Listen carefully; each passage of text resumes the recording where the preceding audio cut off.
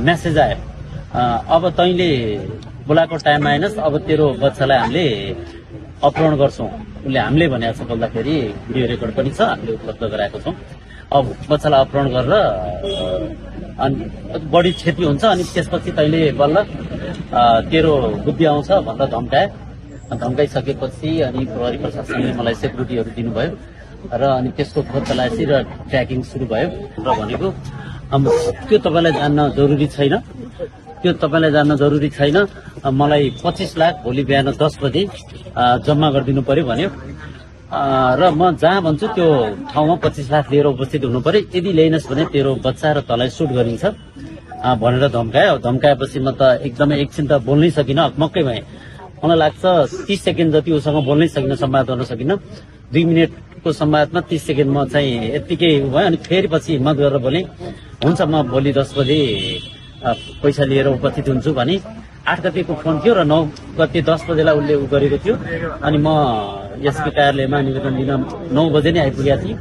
9 बजे आउँदाखेरि मलाई लाग्छ 9:40 मा उसको कल आयो। 10 बजे भनेमा 9:40 मै कल आयो। 9 बजे भोलिपल्ट 9 गते आयो। अनि एसपी साथसँग कुरा गर्दा गर्दै निवेदन दिने क्रममा ठिक छ एकैछिन नउठौँ, अनि एकछिन कुरेपछि अनि 4 कल बराबर आयो र 10 बजेर 4 मिनटसम्म पनि कल आयो। अनि हामीसँग एसपी साहबसँगै भएको भएर र हामीले निवेदन लेख्दै गर्दै गर्दा उठाएनौँ। नउठाएपछि त्यसैको बेलुका मेसेज आयो, अब तैँले बोलाएको टाइममा आएनस्, अब तेरो बच्चालाई हामीले अपहरण गर्छौँ। उसले हामीले भनेको छ बोल्दाखेरि भिडियो रेकर्ड पनि छ, हामीले उपलब्ध गराएको छौँ। अब बच्चालाई अपहरण गरेर अनि बढी क्षति हुन्छ, अनि त्यसपछि तैँले बल्ल तेरो बुद्धि आउँछ भनेर धम्काए। धम्काइसकेपछि अनि प्रहरी प्रशासनले मलाई सेक्युरिटीहरू दिनुभयो र अनि त्यसको खोज तलासी र ट्र्याकिङ सुरु भयो। अनि 9 गते त्यो भइसकेपछि 10 गते पनि फोन गर्यो। 10 गते फेरि पैसा लिएर यो ठाउँमा आउनु, त्यो ठाउँमा भन्यो। हामीलाई 2-3 पल्ट झुक्काए, तर 10 गते पनि त प्रहरीलाई खबर गरेको छैनस् भनेर मलाई धम्काए। मैले प्रहरीलाई खबर गरेको छैन भने, किनकि अब त्यही हामीसँग संवाद भइरहेको थियो। त्यसपछि 11 गते पनि त्यही संवाद भयो। ल पैसा जुटाइस् भन्यो, म खोज्दैछु भने, अब त्यो खोज्दैछु भने र मैले त्यो दिनलाई पनि लम्बाएँ। 12 गते ल पैसा लिएर आउने कन्फर्म गरियो। अनि हामीलाई सब्जी मण्डीमा बोलाए। हामी पैसा लिएर सब्जी मण्डीमा गयौँ र प्रशासनले मलाई के अरे सेक्युरिटी दिइरहेको थियो। प्रशासनबाट सिभिलमा खटिनु भएको थियो, मलाई लाग्छ 15-20 जना हुनुहुन्थ्यो। अनि त्यहाँ सब्जी मण्डीमा बोलायो। त्यसपछि बौद्ध गम्बामा बोलायो। म त्यहाँ अझै त त्यहाँ सेक्युरिटीको साथ छस् भन्यो बौद्ध गम्बाबाट। अनि फेरि बसेनी चोकमा बोलायो। हामी बसेनी चोकमा 8 बजेसम्म त्यसले ठाउँ चेन्ज गर्दै बोलाउँदाखेरि हामी त्यो बेला सफल हुन सकेनौँ। अनि फेरि अनि पौने 8 बजे 12 गते पौने 8 बजे ल अब तैँले केटाहरू ल्याछस्, तँलाई अब धेरै ठुलो क्षति हुन्छ, तपाईँलाई अब अपहरण गर्छु तेरो बच्चा भोलि नै भने। होइन त्यस्तो नगर्नुहोस्, मैले कोही ल्याएको छैन, तपाईँलाई विश्वास लागेन होला। अब बाटोमा हिँड्ने जति पनि हुनसक्छ, म एक्लै छु, तपाईँलाई विश्वास लागेन, ठिक छ विश्वासलाई म अहिले दिन्छु, पैसा रेडी छ भने। अनि भन्दै गर्दा होइन त्यसो भए भोलि बिहान म 10 बजे कल गर्छु, भोलि बिहान आउनु भन्यो। अनि भोलि बिहान पनि उही 10 बजेकै टाइम माग्यो। अनि 10 बजेबाट हामीले टाइम कुर्दै गयौँ। अनि उसले फोन गर्छ, स्विच अफ गर्छ। अनि फेरि 12 बजेतिर फोन गर्यो, ल ठिक छ म तँलाई खबर गर्छु, 5 बजेतिर खबर गर्छु, मैले भनेको ठाउँमा आउनु भन्यो। तर त्योभन्दा पहिले खबर गर्यो। अनि पहिले खबर गरेपछि अनि उसले ठाउँ टोक्यो। कहाँ? हिजो बेलुकाको कुरा, हाम्रो सरकारी हस्पिटलको नयाँ गेटमा आउनु भन्यो। नयाँ गेटमा आउने भनेपछि हामी सुरक्षा साथीहरूसँग थियौँ। अनि मलाई पनि एउटा सुरक्षाकर्मीले यति सहयोग गर्नुभयो कि मलाई कुनै पनि डर हुन सकेन। मलाई अघिल्लो दिन 12 गते एकदम डर भएको थियो। अनि उहाँहरू त साथी जस्तो हुनुभयो, मसँगै हिँड्नुभयो। विशेष गरेर अझ हरिजीले मलाई धेरै परामर्श र काउन्सिलिङ दिनुभयो, जसले गर्दा हिम्मत र साहस बढ्यो।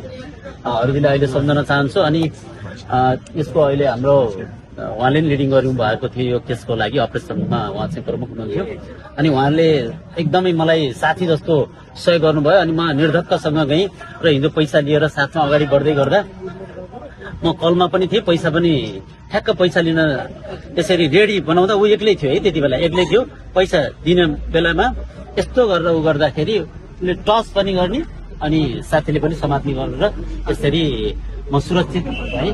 तर मलाई अहिले प्रहरी साथी भन्ने एउटा जुन चाहिँ हाम्रो स्लोगान छ, साँच्चै नै मलाई प्रहरी साथीको अनुभव भयो। तपाईँले पैसा चाहिँ 25 लाख नै दिनुभएको थियो? 25 लाख दिनको होइन, 20 लाख। 25 लाख भनेको थियो, 20 लाखमा बार्गेनिङ मिलेको थियो। 20 लाख हामीले तयारी गर्यौँ।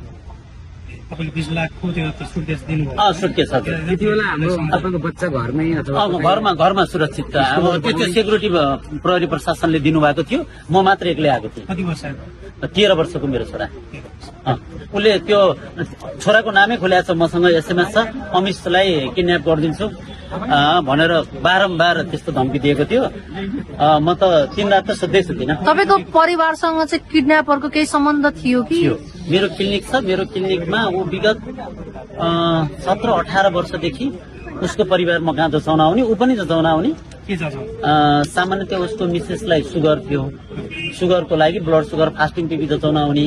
अनि बच्चाहरूलाई घाउ खटेर हुँदाखेरि मलाई लाग्छ 18-20 दिन पहिला उसको छोरी नाम जहाँसम्म लाग्छ रोजी थापा जस्तो लाग्छ, उसलाई पनि घाउ खटेर आएर जचाउन आएको थियो 20-22 दिन पहिला।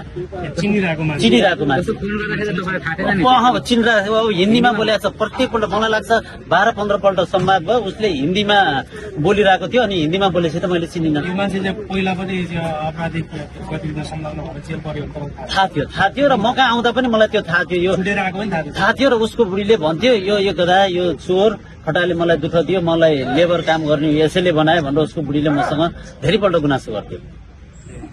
उसको बुढीले लेबर काम गर्नुहुन्छ, त्यो गुनासो गरिरहन्थ्यो। तपाईँको नाम भन्नु? मेरो सोमराज सुवेदी, भनपा 1 मा बस्दै आएको। मेरो धन्वन्तरी क्लिनिक फुलचोकमा छ।